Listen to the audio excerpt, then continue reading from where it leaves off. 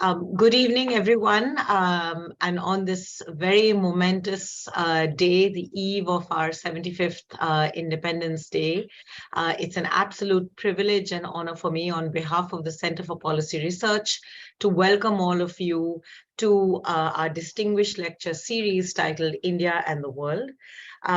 This is a lecture series that is part of a year-long series that we inaugurated in March of 2022 as part of the countrywide celebrations celebrating India's 75th Independence Day, part of the Government of India's Azadi Ka Amrit Mahotsav. The objective behind this series was really to bring together diplomats, statesmen who have had a long engagement and relationship with India as an opportunity for India to learn and hear from those who have been our friends, partners, supporters, collaborators in our journey over these 75 years, to hear from their perspectives of how they view us, our role in the international order, our relationships with different countries, both bilaterally and multilaterally, and perhaps most importantly, what India means for the world. This is also an opportunity for us to reflect both on the progress and successes of the past, as well as on the opportunities and challenges that we confront going forward, especially at a time when the globe, in fact, looks very much at a new critical juncture. It seems at one level at a moment of deep disjuncture, deep disruption, but there are also very deep learnings from the past that can shape what our future looks like. So it is for looking back, but also looking forward that we have organized this year-long lecture series. And we're absolutely privileged today to have with us Excellency Tshering Tobgay, the former Prime Minister of Bhutan, to deliver today's lecture on the eve of India's independence. We've had a very long and deep relationship as two nations. We are also part of a very close shared history, close shared engagement. And this is our opportunity both to learn about how Bhutan has viewed India, but also an opportunity for us to reflect on much that Bhutan has for India to learn for its own evolution as a nation. So thank you very much, Excellency, for making the time for us today. It couldn't have been a more momentous day and actually the most appropriate way to mark the eve of our independence and the start of the celebrations starting tomorrow. May I hand over now to Excellency Ambassador Shyam Saran, who is a former Foreign Secretary, but also a faculty member at the Center for Policy Research and a member of our governing board, who's helped put together this really very wonderful lecture series to both introduce our speaker and carry forward the proceedings. Ambassador Saran, to you. Thank you very much, Yamini, for your introductory remarks. May I, on behalf of Center for Policy Research and on my own personal behalf, add my words of very warm welcome to you, Excellency, to this very special address on the eve of the 75th anniversary of India's independence. As Yamini has said, India and the World is a monthly series of lectures by very distinguished personalities from across the world in celebration of what we are calling the Azadi Ka Amrit Mahotsav, marking the 75 years of India's existence as an independent nation. But address by a friend from Bhutan is a very special one because Bhutan is very special for the people of our country. On his visit to Bhutan in 2014, soon after he became India's Prime Minister, Prime Minister Modi said, and I quote, "Bound by common interest and shared prosperity, India and Bhutan enjoy a unique and special relationship which has been forged by ties of geography, history, and culture. Therefore, Bhutan as the destination of my first visit abroad as Prime Minister is a natural choice," unquote. For the same reason, Excellency, you were our first and natural choice as our distinguished speaker on the eve of our Independence Day, which we will be celebrating tomorrow. His Excellency Tshering Tobgay is the founder and leader of the People's Democratic Party of Bhutan, and more importantly, has served as the Prime Minister of the country from 2013 to 2018.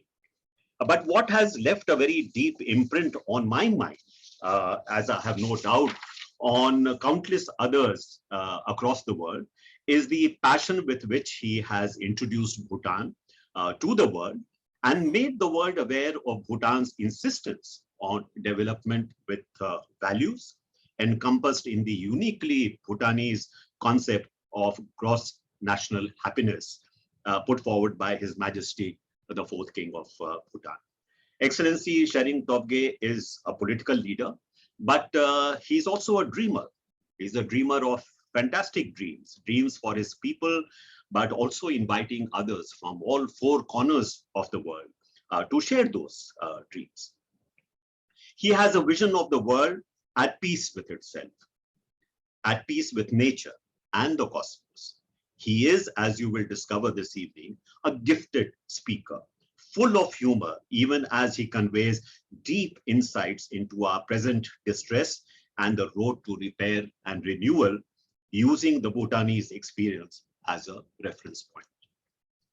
In one of his TED Talks, I think it was in perhaps 2016, he brought the house down by displaying the classic Bhutanese dress, the go, as, quote, the biggest pocket in the world, including for carrying very precious cargo, as he said, hands-free, such as a very lovable little child, which His Excellency just mentioned to me is his small niece. What I share with His Excellency is his very deep concern about the health of our common and most precious heritage, the magnificent snow-capped Himalayas, what he calls the third pole of the world, as he has described it. The glaciers are melting, accelerating as climate change advances, and the air around us gets more polluted. This endangers not only the directly affected Himalayan states, such as Bhutan, but the entire Indo-Gangetic plain, home to more than 500 million people in the world. We in India should welcome his visionary proposal of a third pole council. After all, in our own National Action Plan on Climate Change, we have a national mission on safeguarding the fragile ecology of the Himalayas, which is very much in line with the third pole concept. His Excellency has called on both India and China to step up their game and lead the global fight against climate change. We should pay close attention to what he has to say. After all, here is a representative of the only country in the world which has not only achieved net zero carbon, or carbon neutrality already, but has actually gone beyond to become carbon negative.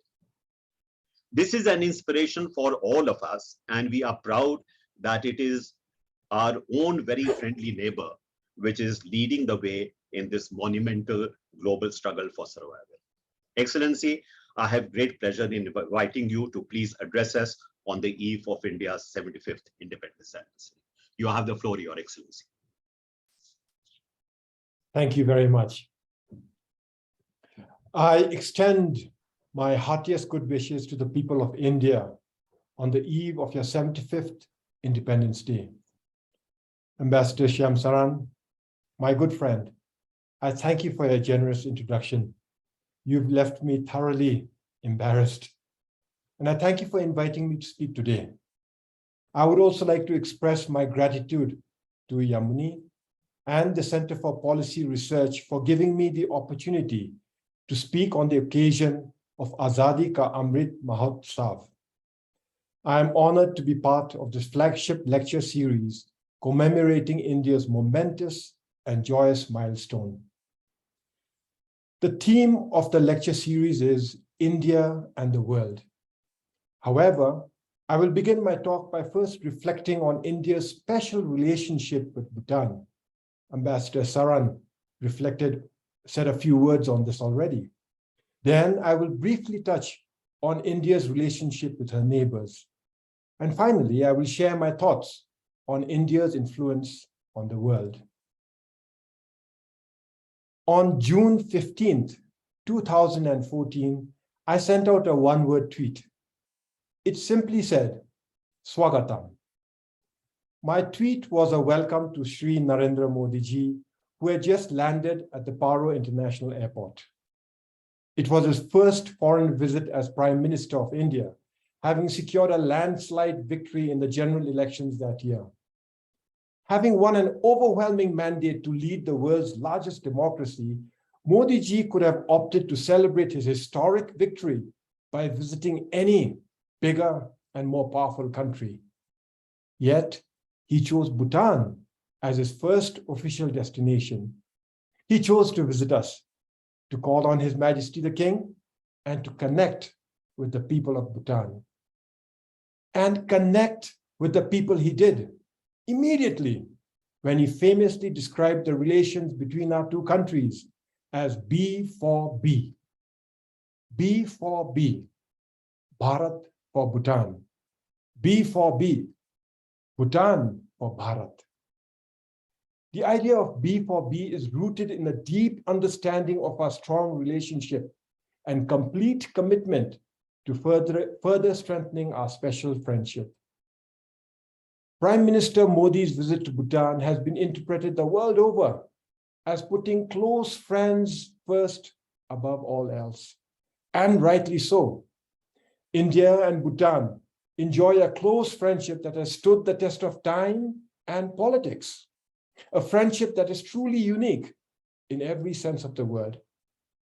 To begin with, our two countries are bound together by geography and by history. You see, Bhutan is made up entirely of tall mountains and narrow valleys. All our valleys descend into India, and all our rivers flow into your Great Plains. That is why engaging with our Indian neighbors has not only been necessary, it has been easy. It has been most natural. This, in my view, is how geography connects us intrinsically to India. But history binds our two countries as well. We are a Buddhist country, and our spirituality comes from India. In fact, we call India Jagar, or Jagaphabiyul, which literally translates to India, the land of the enlightened. Why? Because India is the source of the Lord Buddha's teachings. That's why our scholars and great masters have always traveled to India to study, to meditate, and to practice. Today, India continues to be regarded as a land of immense spiritual significance for all Bhutanese, and to undertake a pilgrimage there, especially to the sacred sites where the Lord Buddha walked, preached, and attained enlightenment, is a much sought after journey for every Bhutanese. Incidentally, my wife and I had the good fortune of going on our pilgrimage to India in 2015. That was immediately after we took part in the vibrant Gujarat summit that year. So yes, indeed, history and geography bind our two countries together. And yet, the differences between our two countries could not be more stark.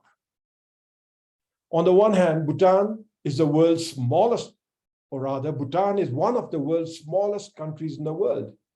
We have barely 750,000 people. On the other hand, with more than 1.4 billion people, India is set to become the world's most populous country. But despite our huge differences in size, our relations can serve as an example to the world. Our special friendship, unique as it is a shining example of how large countries and their smaller neighbors can and must live in harmony with mutual trust and goodwill towards each other. Before India's independence, Bhutan had resolutely stuck with a policy of self-imposed isolation. This policy proved very successful in that it kept us free from the colonial ambitions of British India. However, immediately after India's independence, we opened our doors and our hearts to India. Ever since, India has stood by us, shoulder to shoulder, in all aspects of our development journey. In 1971, for example, it was India who sponsored and supported our membership to the United Nations, thereby guaranteeing our independence and sovereignty. That is what B for B symbolizes and exemplifies, a friendship that has withstood the test of time. Even today, India continues to be our biggest development partner. Each and every one of our 5-year development plans, and we've had 12 of them so far, has succeeded largely due to India's generosity, cooperation, and support. During my tenure as Prime Minister, I had the opportunity to work closely with Prime Minister Modi ji, and I saw firsthand his ready support for Bhutan. It was because of his unwavering support that my government could build schools and hospitals, erect bridges and pave roads, and expand an economy that was in dire straits when I assumed office. It is because of that continuous and committed support that we in Bhutan have been able to prosper. It is because of that friendship that we are now on the verge of graduating from the LDC group. This and much, much more has been possible in spite of the asymmetries between our two countries. Our land, our populations, our economies could not be more different. But both India and Bhutan have been mindful of these differences and have always supported each other's vital interests. Here is a good example. Now, many of you would have heard about gross national happiness. For Bhutan, gross national happiness, or GNH, is very important. GNH is a development philosophy that puts the well-being and happiness of people at the center of the development agenda. This is done by balancing economic growth with social development, sustainability, cultural preservation, and good governance. These are high ideals, but we have been able to stay true to the ideals and principles of GNH, largely because India, our larger, richer, and stronger neighbor, has always been mindful of our challenges as a small landlocked country with a tiny population, a fragile economy, and a unique culture.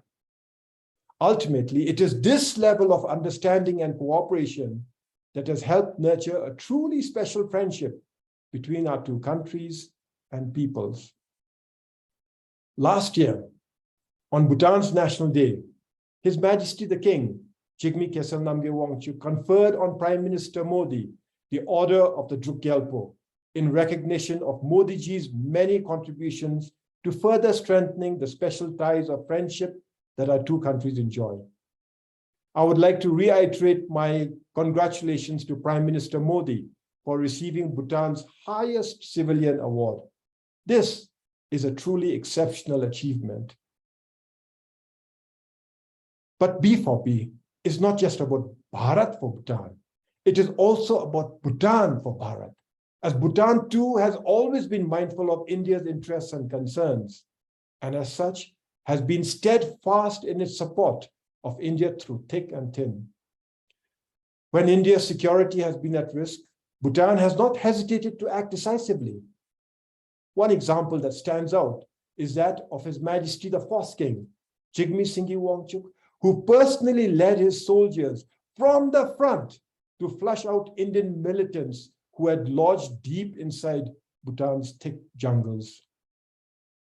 In reciprocity, India's gratitude for Bhutan's support is evident from the number of times our kings have graced India's Republic Day parade as chief guest. Bhutan has had the distinction of overseeing the Republic Day celebrations on 4 different occasions.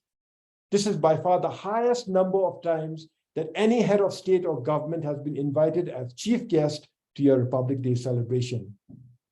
And this is confirmation of the importance and significance that India attaches to our friendship.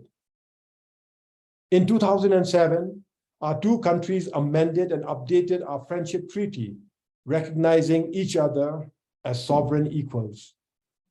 This, in my view, is another testimony of our special relations. The very concept of B for B, friends and partners, equals, irrespective of each other's size and strength, is something other nations can surely learn from and emulate.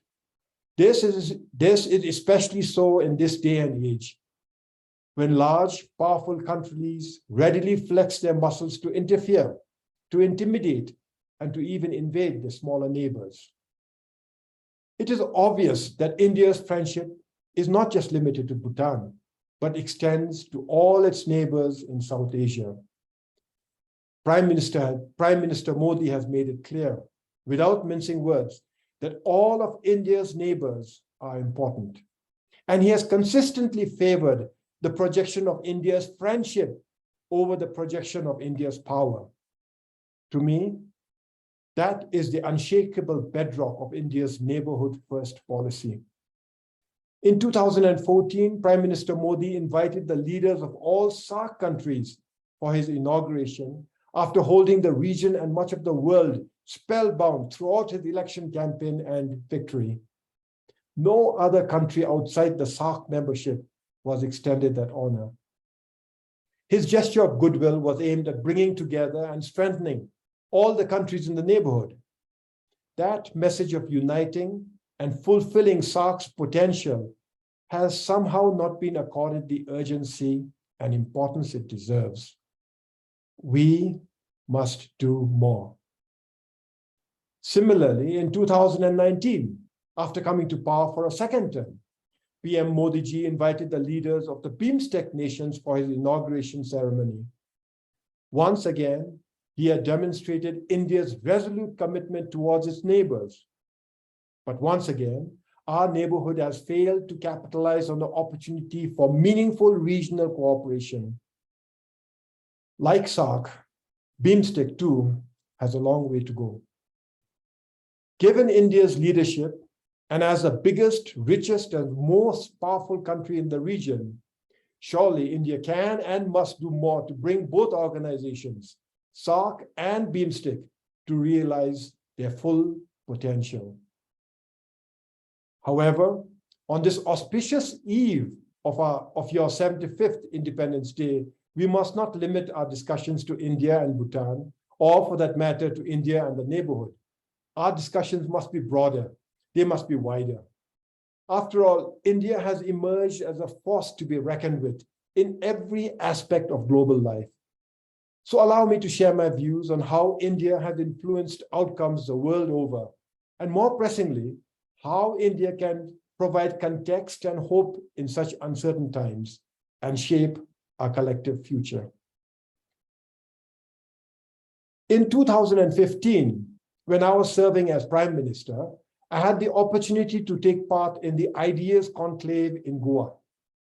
The theme of the conference, which was organized by the India Foundation, was Learning Through Civilization.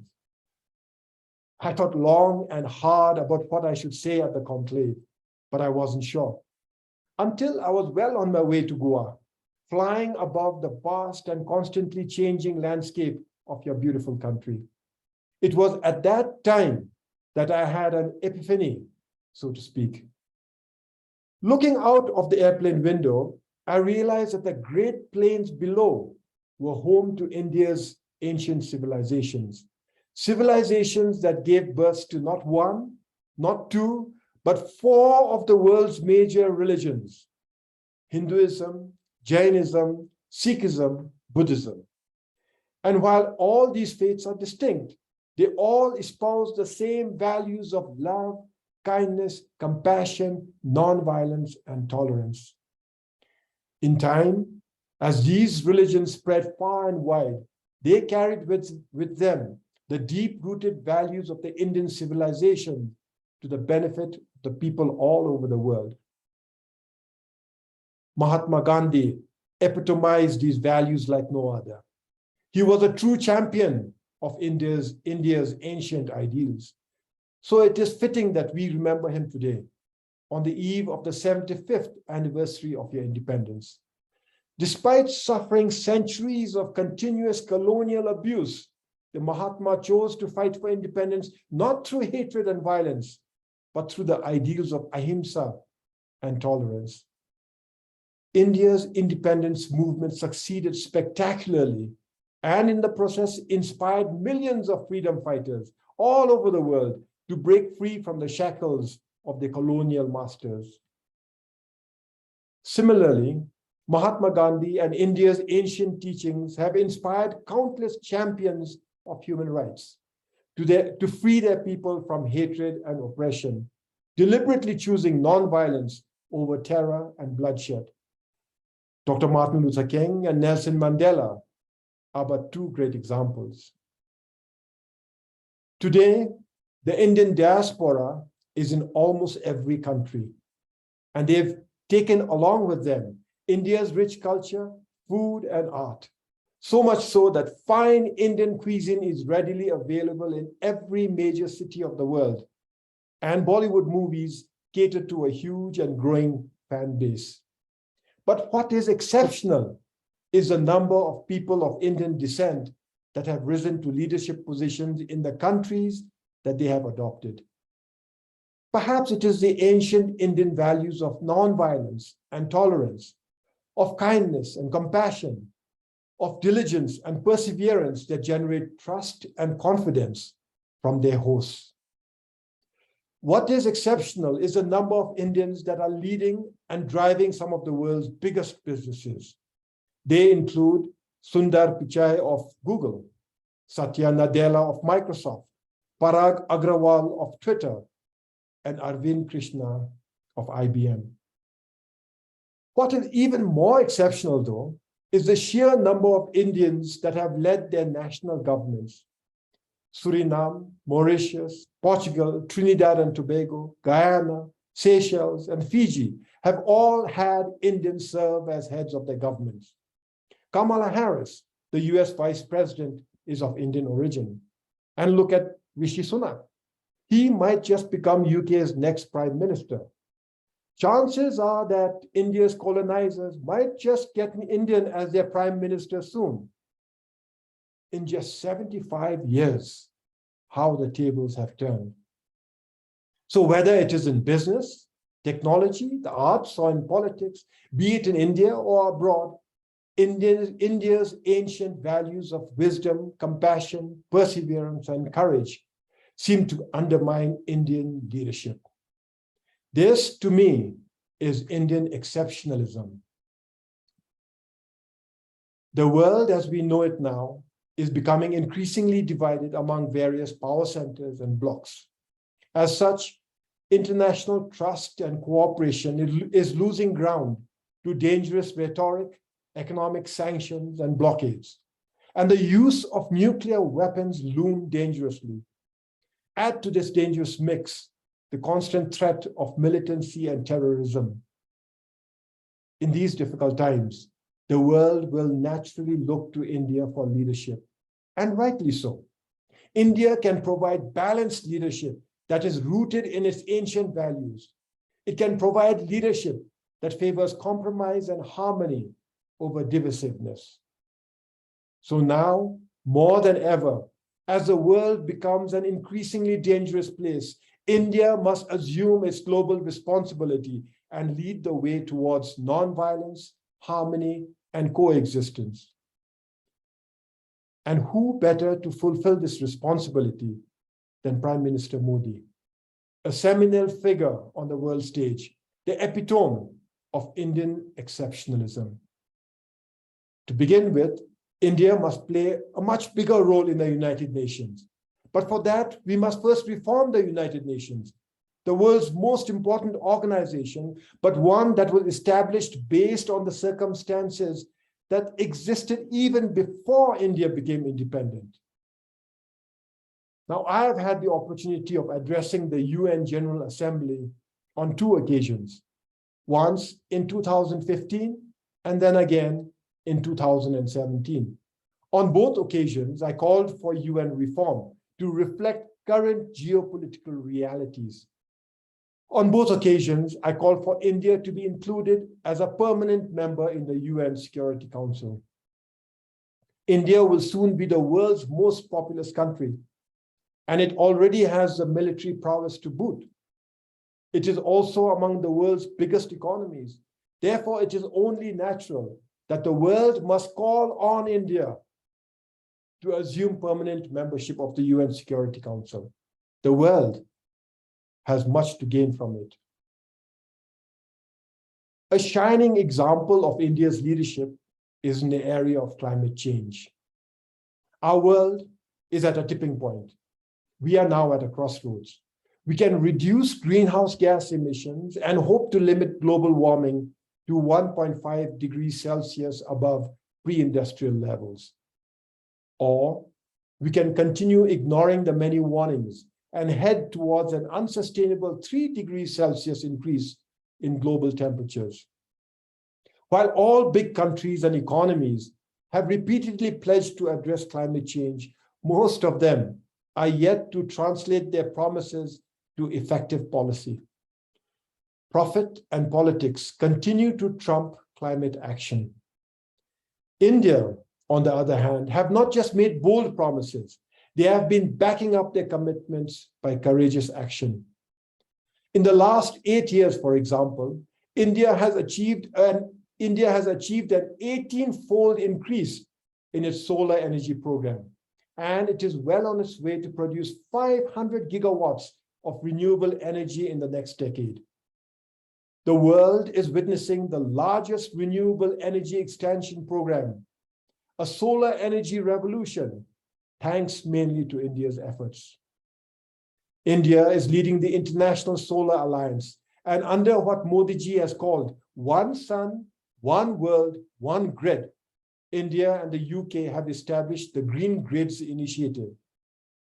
This initiative, which is backed by 80 other countries, will connect an international energy grid, allowing renewable energy to be transported seamlessly and shared throughout the world. The Green Grids Initiative will have far-reaching consequences in the world's efforts to limit greenhouse gas emissions. In Bhutan, we see the green grids as an extension of what has been called the epitome of India-Bhutan cooperation, and that is the development of hydropower in our country. Since the 1970s, India has helped Bhutan build run-of-the-river hydropower plants on our fast-flowing rivers. Much of the green renewable energy produced in Bhutan is then exported to India, offsetting carbon emissions there.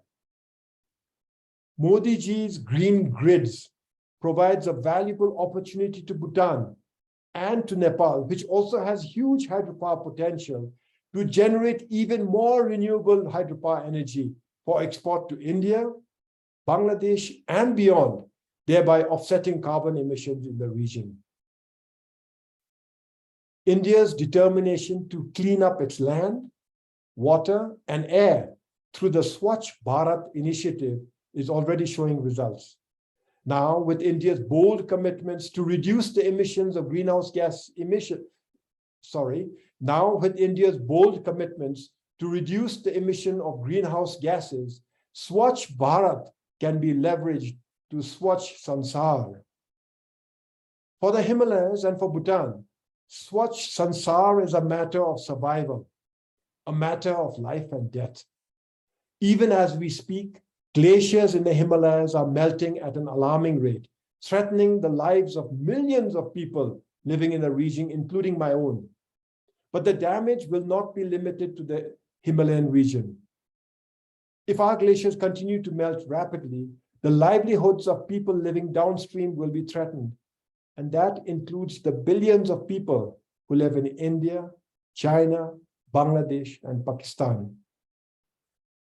The lives and livelihoods of countless people are at stake.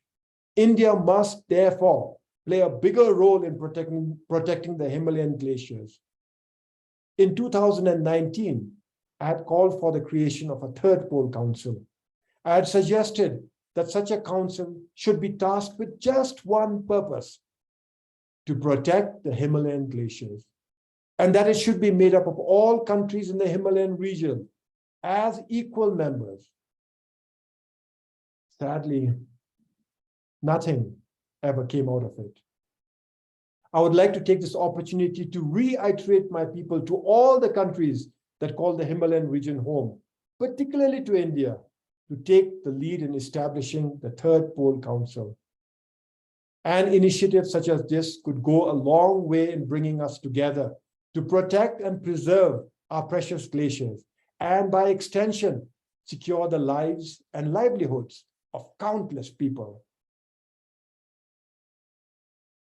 Another area where India has wielded universal influence is in the field of health and well-being. The science of Ayurveda and the practice of yoga has helped promote well-being of countless people through the ages. Yoga is India's gift to the world. As a simple practitioner myself, I can attest that nothing balances the body, mind, and spirit like yoga. This balance is even more important in this day and age, as we are continuously subjected to the stresses of uncertainty and fierce competition. Ayurveda is also India's gift to the world. All traditional medicine can somehow or the other trace their source to India and to Ayurveda. My country, which was known as a land of medicinal herbs, continues to enjoy a culture of holistic traditional medicine, which is completely based on Buddhist principles and on Ayurveda. Even as Ayurveda continues to spread, India has made huge strides in science and modern medicine. That's why India today receives wide praise as the pharmacy of the world. During the COVID-19 pandemic, India proved that it is indeed the pharmacy of the world by coming to the rescue of much of the developing world. Now, given its huge population, India naturally had the largest demand for COVID vaccines. Yet, it ensured vaccine relief to millions of people all over the world. Prime Minister Modi's Vaccine Maitri initiative not only provided relief, it restored hope and faith in humanity. Bhutan is one of the first beneficiaries of Vaccine Maitri. I join my fellow Bhutanese in thanking Modi ji and India for gifting us life-saving vaccines in spite of your own pressing needs. Now, going forward, India's influence in the world is set to grow to even greater heights. This is because it will be India's economy that will fuel growth and prosperity in the world. India has the 5th largest economy in the world, but experts forecast that India will have the 3rd largest economy by the end of the decade. In fact, measured by purchasing power parity, India's economy is already the 3rd largest in the world. India's population, which is already the world's largest, is still growing, and it is young. This means only one thing: India's economy will keep growing. And as it does, it will be the driving force of the world's economy. Put simply, India will be the world's factory and its marketplace. As the world emerges from the COVID pandemic, many countries are hit with economic challenges. Spiraling prices, unsustainable debt, growing unemployment, and inequality are already spreading unrest and instability through many societies. The road ahead will be challenging for all of us, and it looks increasingly certain that the world will turn to India's young population and its growing middle class to spread and sustain economic prosperity. Way back in 1971, I was sent to school in India. I was 5 years old at that time. I spent the next 11 years, my formative years, in Dr. Graham's Homes, a boarding school in Kalimpong, West Bengal. There, I had the opportunity to join the NCC, the National Cadet Corps. On the 15th of August every year, we would march in formation from our school to the Mela ground, where we would proudly take part in the Independence Day March Past ceremonies. Those were some of my most memorable moments as a young boy. Today, as I reflect on those fond memories, I wish to send out my best wishes to the youth of India, and a special shout out to all NCC cadets on the occasion of your 75th Independence Day. The past 75 years have seen India overcome all manner of challenges. The past 75 years have seen India grow from a colonized country to among the world's greatest nations. The next 25 years will see India fulfill its destiny as a global leader, led by a man of destiny, my friend, Prime Minister Narendra Modi. I wish the people of India a very happy 75th Independence Day. Jai Hind, Belden Dupagelo. Thank you.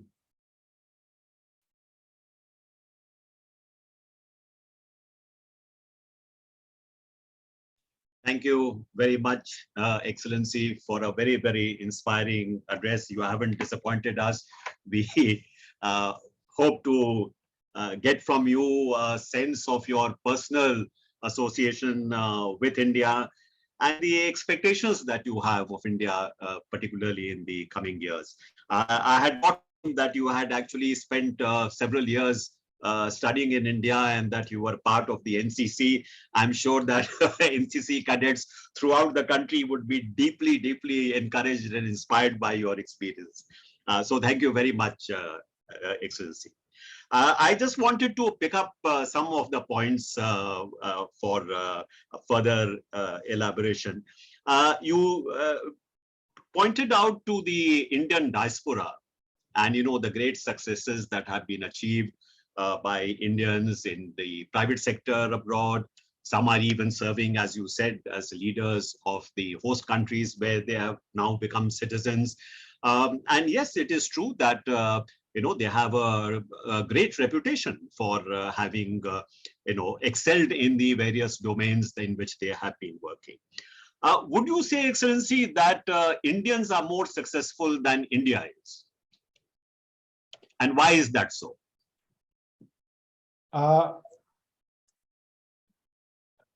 Ambassador, I spent a great deal of effort trying to convey that India has been extremely successful. It's not a matter of being unsuccessful, but maybe the individual successes seem to be somewhat more you know, spectacular than perhaps India as a whole. Is that a correct assessment, or is that wrong? You see, India was the world's largest economy for almost 2 millennia straight. And then the British arrived. And by the time they left, they destroyed India.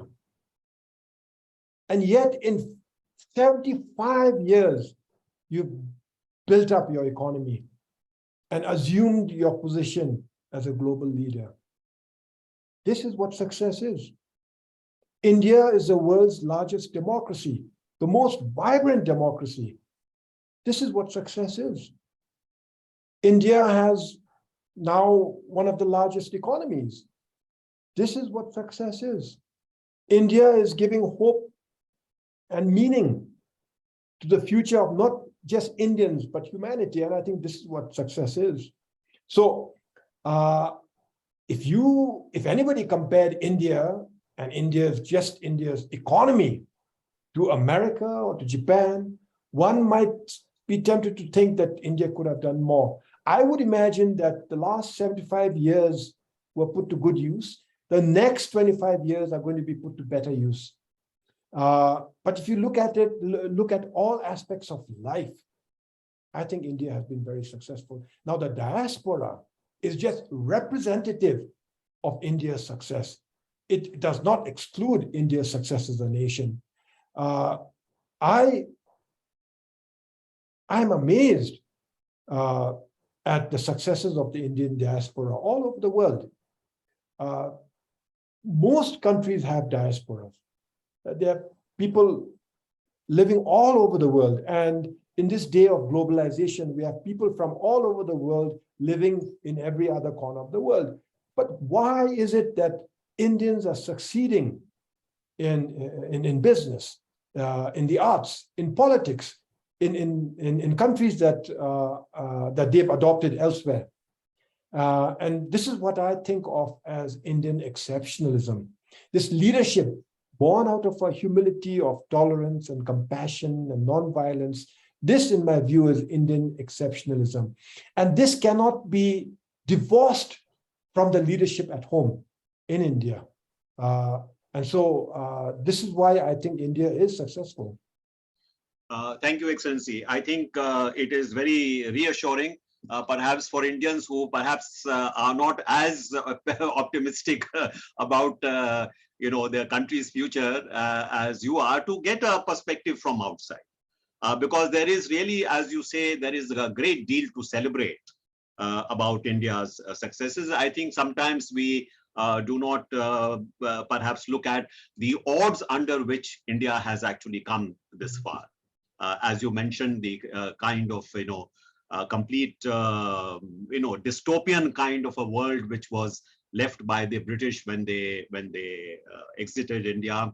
The whole tragedy of partition, the fact that we were economy which was completely almost completely dislocated by the war itself, and to be able to recover from that and to reach where we have is certainly, I think, a very, very inspiring journey. But sometimes Indians do not look at it that way. So it's very good that the representative of a very friendly country is able to point this out to us. It is something that we should take cognizance of. Coming to, Excellency, India-Bhutan relations, which of course we have both said that it is a very, very special kind of relationship. You pointed to the asymmetries between the two countries. In many senses, we are an odd couple, one would say. You look at, for example, a certain high degree of homogeneity in Bhutan, with the kind of immense diversity which is there in India, almost a bewildering kind of diversity. You see the size, as you mentioned, of the economies of the two countries. You have a population which is not yet 1 million, I think. And here you have a country which is now going to be the most populous country in the world. From the perspective of Bhutan, somebody is sitting like you, having been Prime Minister of Bhutan. When you are looking southwards at this huge lumbering giant, surely quite apart from the feelings that you have of the two countries working together and this being a great model of relationship between two countries, doesn't it also inspire some anxiety? Doesn't it inspire a sense that the interests of Bhutan, like many other smaller neighboring countries, are perhaps not always taken into account by this huge country to the south? In terms of the good neighborhood policy, what do you see as the perspective from our smaller neighbors? You have had a good experience. Some neighbors may say we haven't had a very good experience. If you talk to Pakistan, certainly they will say we have not had a good experience. So what do you see as the framework within which India should really be managing its relationship with its periphery, given this asymmetry, which is, of course, very stark in the case of India and Bhutan, but is also there with respect to other smaller neighbors? Well, India has been nothing but generous and understanding when it comes to Bhutan. And I have no reason to doubt that India's policies for Bhutan are any more special than India's policies to the other neighbors. And I would imagine that India's outreach to other countries, whether it's in Bangladesh or Nepal or Pakistan, Sri Lanka, Maldives, are also generous and understanding. The question is whether that is reciprocated or not. It takes two to tango. It takes two hands to clap. And I do believe that, unfortunately, many a times, people who live in what is perceived to be smaller countries have a chip on our shoulders. We tend to feel like the little brother, and we don't want to feel like a big brother is in the neighborhood. We tend to feel insecure. And I think that insecurities is not good for friendship. That's my view. In Bhutan, we don't have these insecurities. And as a result, we have benefited. We are growing.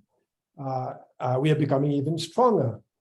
So I do believe that the neighborhood, I mean, huge countries, 240 million people in one country, 180 million people in another country, even Nepal, which is considered small, as 30 million people. They are giants in their own right.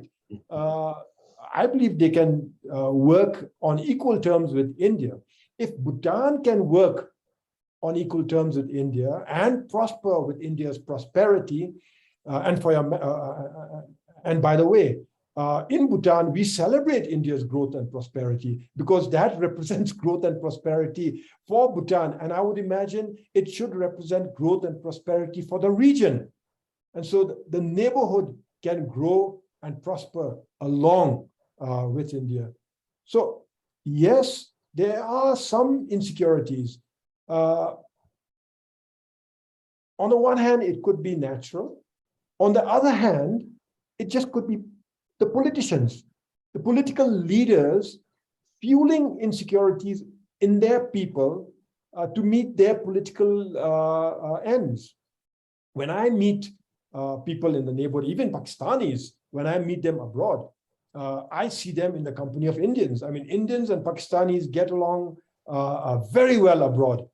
But when I come back to Bhutan and I look at the region, there seems to be almost differences that cannot be reconciled. So I think, well, the leadership in countries, in all these countries, including the leadership in India, must do more to ensure that there's more trust, goodwill, and cooperation among all our countries.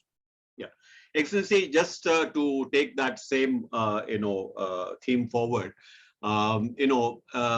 you have in one of your TED talks mentioned about the fact that a country like Bhutan is, as you said, sandwiched between two of the largest countries in the world, China to the north and India to the south. And there is, I think, for our neighbors as well, there is this constant challenge of how do you balance the relationship between India and China. Bhutan has followed a certain kind of policy so far.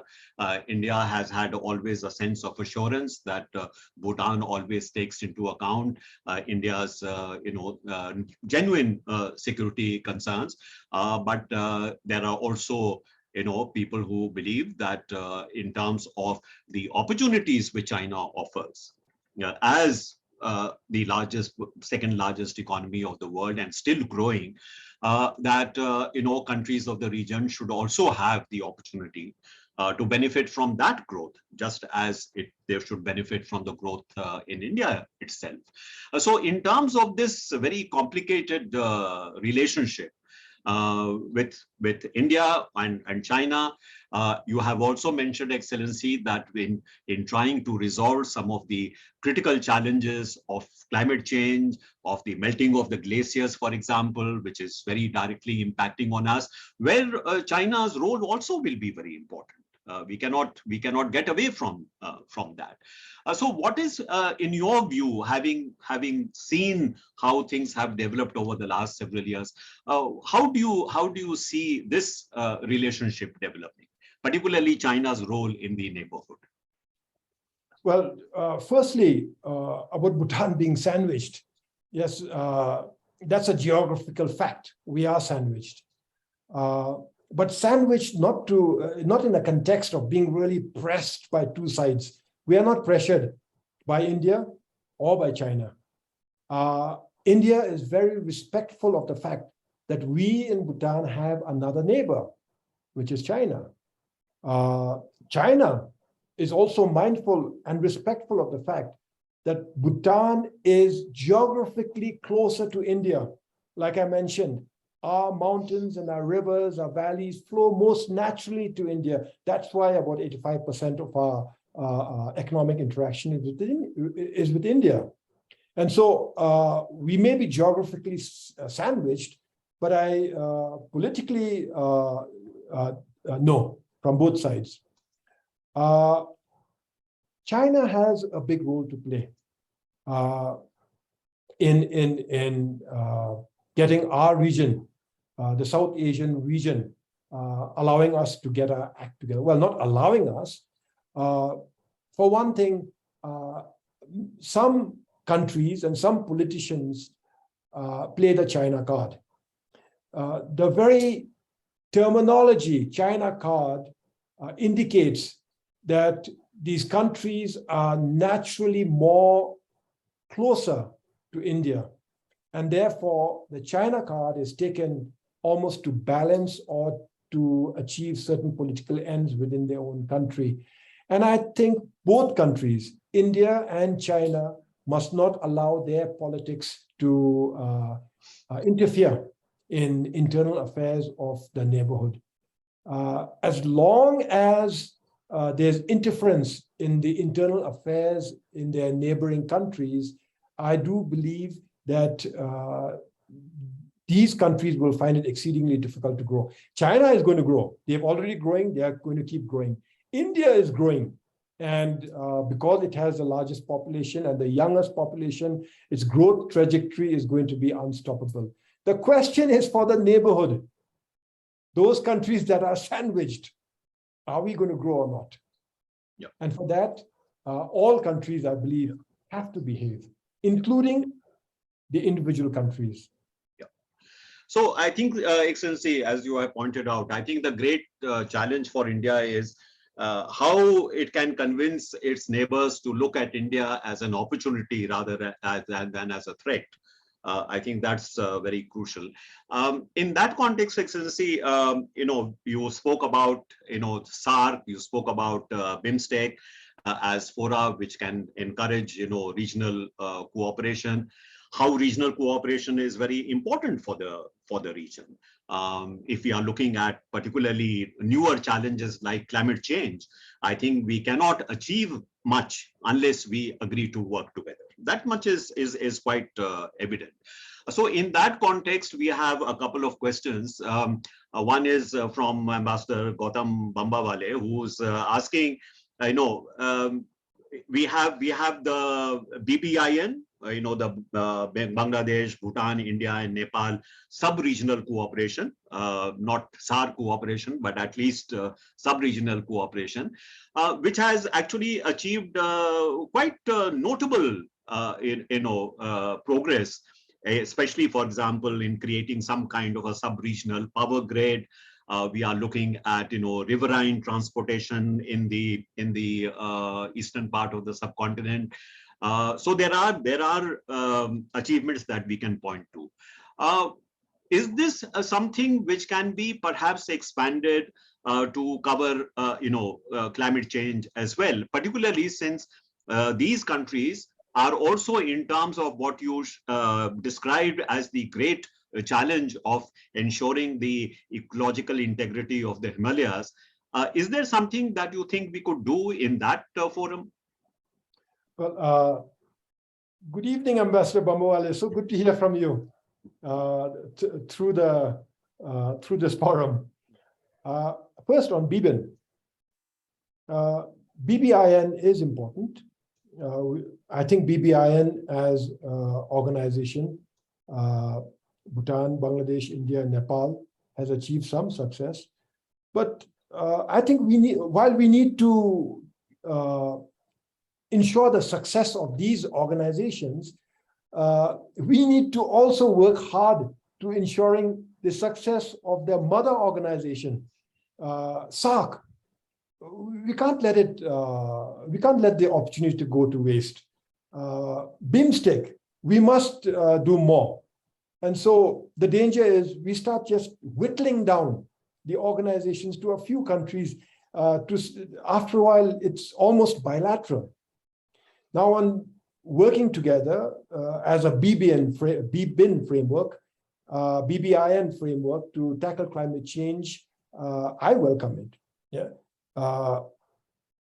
However, climate change is a global issue where all countries must come together.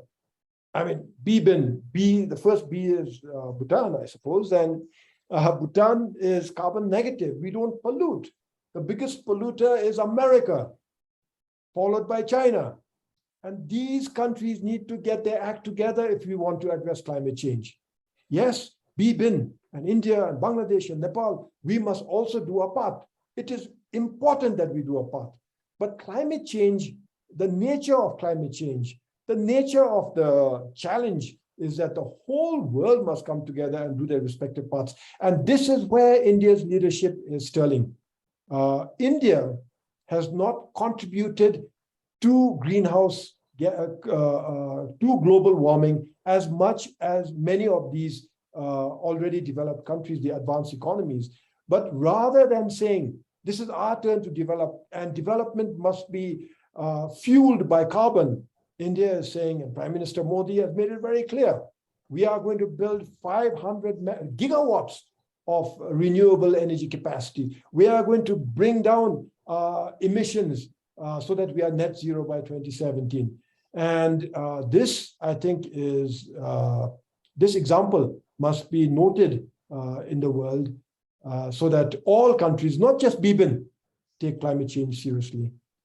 Yeah, thank you, Excellency. The last question is actually from somebody from Bhutan, who's and I think he's pointing out to sometimes a sentiment which is often expressed not only in Bhutan, but perhaps in some other neighboring countries as well.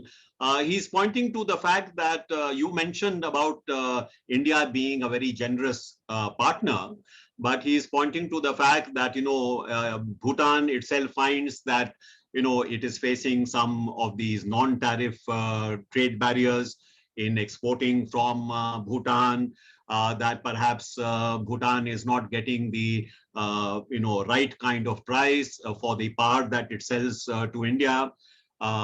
This has been, of course, I also remember as Foreign Secretary that I had to deal with this issue, but we resolved it successfully. Actually, there is also the complaint that perhaps in terms of the very asymmetry that you spoke about, Excellency, that there needs to be some degree of regulation and control in terms of the traffic across the borders, legitimate concern on the part of Bhutan, without really in any way impacting on the very close and special relationship that we have. You have dealt with these issues. I have dealt with these issues also, as I said, during my time as Foreign Secretary.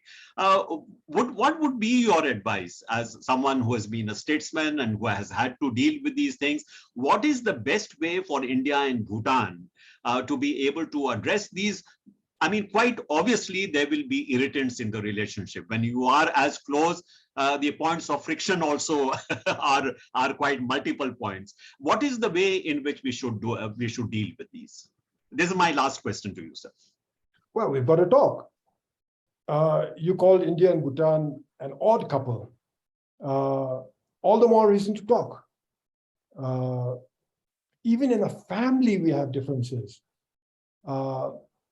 My wife and I have been together for almost 25 wonderful years, and we still have differences. And the only way is not for one to succumb to the other all the time, and not to give in all the time, but to talk about it, to debate, to discuss, and to come to a better solution. India-Bhutan relations is not all hunky-dory. Make no doubt about it. Like any two countries, any two families, any two couples, we have differences. And these differences must be ironed out. They can be ironed out. They have been ironed out. I mean, if you have a relationship with no wrinkles, it's really it's really no fun. It means that nothing is happening. It means that nothing is happening. You really don't have a relationship. The fact that you have relationship means that we are growing together. Now, when we have problems, when you have these wrinkles, they need to be ironed out. We in Bhutan, whether it's the tariff or border issues or non-tariff problems that we have in the borders, for us, they are big issues. For India, really, for the Indian government, it does not register in the radar unless we engage them. They don't know about these things. I mean, India is a huge country, and therefore it is incumbent on us to raise these issues and to talk about it with our Indian counterparts. And we will find, at least I found, that India always lent an understanding here. They were always cooperative. On BBIN, we couldn't pass, when I was in government, we couldn't pass the BBIN transport agreement. And for India, this was very important. I thought it was a good idea, but the people of Bhutan really weren't ready for BBIN transport. And we explained this to India, and India was more than happy to understand. You're very understanding.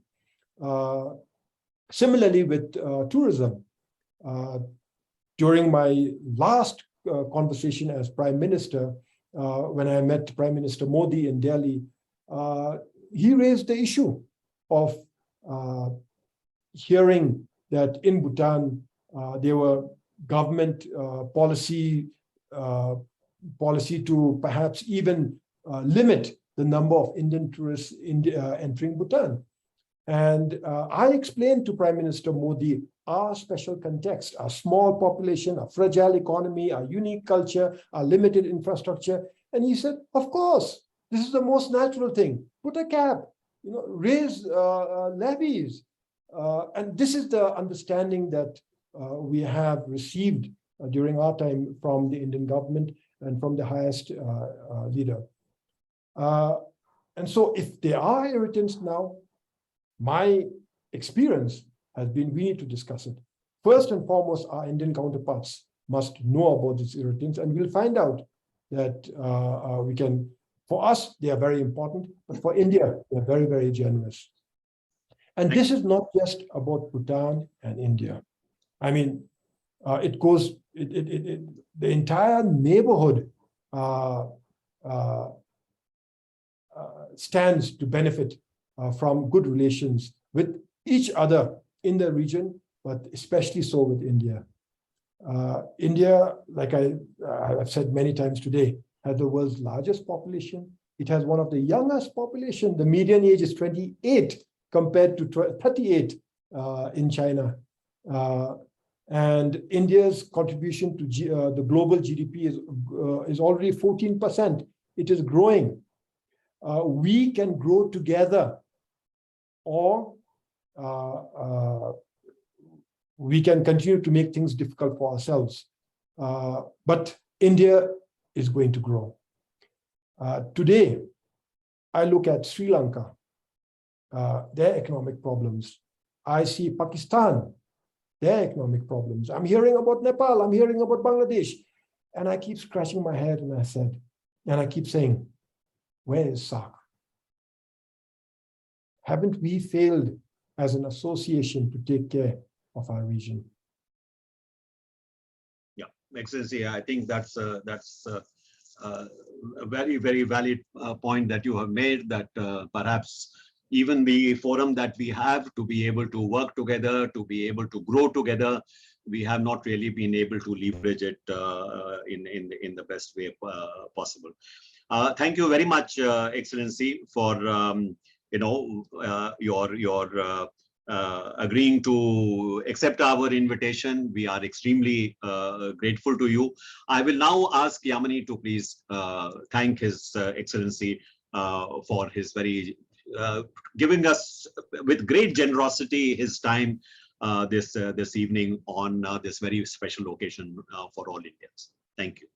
Yeah, Yamini. Thank you. Thank you, Ambassador Saran. And on behalf of the Center for Policy Research and our wonderful audience, a very, very heartfelt thank you for that absolutely wonderful discussion, lecture, and actually important reminder that as Bhutan and Bharat relations remain strong, and there's a lot that we as nations have to learn from each other and collectively collaborate on, we also need to remember that some of the institutions we have built to enable these collaborative relationships to deepen and become stronger also need to be strengthened.